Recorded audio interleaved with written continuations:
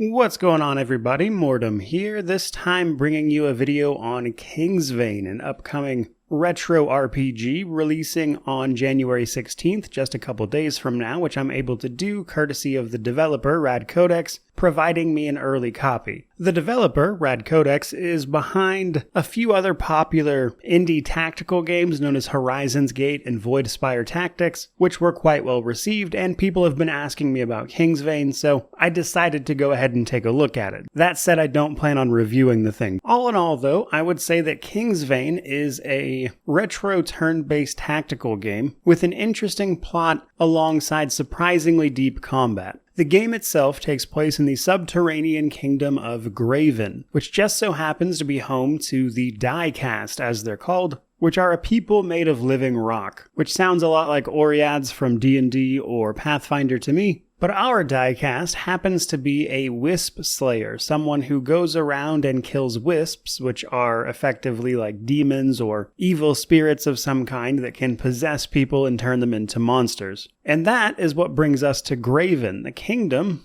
has recently fallen to these creatures and become overrun with paranoia and monsters. Our job being, of course, to put a stop to this, and along the way we're going to meet up with a team of party members with a surprising amount of customization as we wind our way through the various maps that make up the kingdom and its outskirts. But let's walk through the basics. Right when you start up the game, you're first going to make your own character, which involves naming a customized sprite for you and picking your starting setup or class, if you will. These are going to give you your initial stats on top of a pretty substantial combat bonus. After you do that, you go on to customize your starting companions a little bit, which includes picking out what kind of steed you happen to ride, and what kind of diecast your companions are, that is to say what they're made out of, before you jump properly into the tutorial. The tutorial walks you through the basics of combat and exploration, which is relatively simple. Doors and containers you open by simply walking into them, at which point you can mouse over them to grab any items off the ground that may have dropped, which you can drop directly onto your character to equip or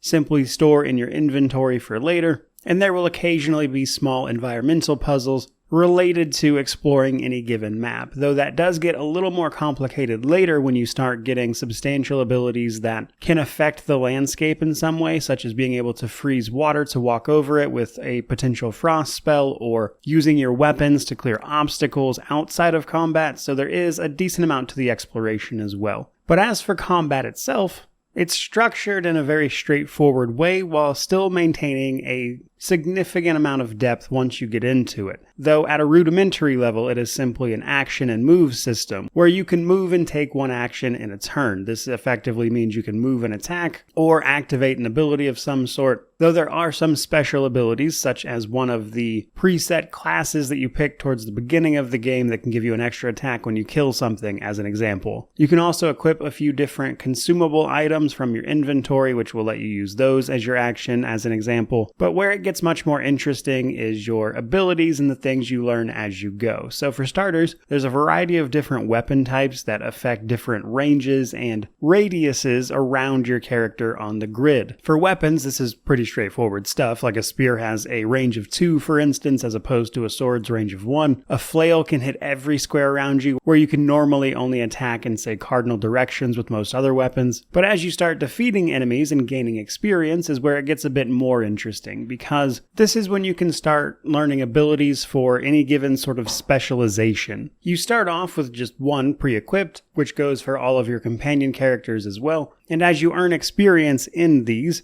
you can spend that on abilities, but also earning experience within specific specializations that you have equipped can potentially unlock even more, which opens up even more abilities, both passive and active abilities that you can then mix and match with other specializations to create something unique on every single one of your party members. And that, combined with enemies that can basically do everything you can, and potentially outnumbering you in many cases, you've got a system that I think is decently challenging even on normal difficulty, while also being more complex than it initially appears. Especially when you start looking at combination effects. For instance, when you start hitting and killing enemies, they can of course spatter blood on the grid below them, which can then interact with other effects such as electricity or the standard flames on any particular grid. So it's got a good bit going on, and combined with what I think is a relatively interesting story that also lets you explore and approach individual segments of it as you please, and I think you've got a relatively fun, simple title. Now, my initial thought playing this is that this would be a great game to play on something like the Steam Deck when you're on the go or something, as it's pretty easy to jump in and out of, while still being a pretty engaging title overall. So while this title doesn't appear to be a particularly large one or anything, it is launching for only $20, and I think it's worth taking a look at if you like tactical titles like this. That is pretty much going to do it for this video though, just about everything I've got to say on this one. Hope you enjoyed the video. If you did, don't forget to like, comment, subscribe, all that YouTube jazz, but regardless of any of that, truly, just thank you so much for watching. I really do appreciate it. May you wander in wisdom and have an amazing day.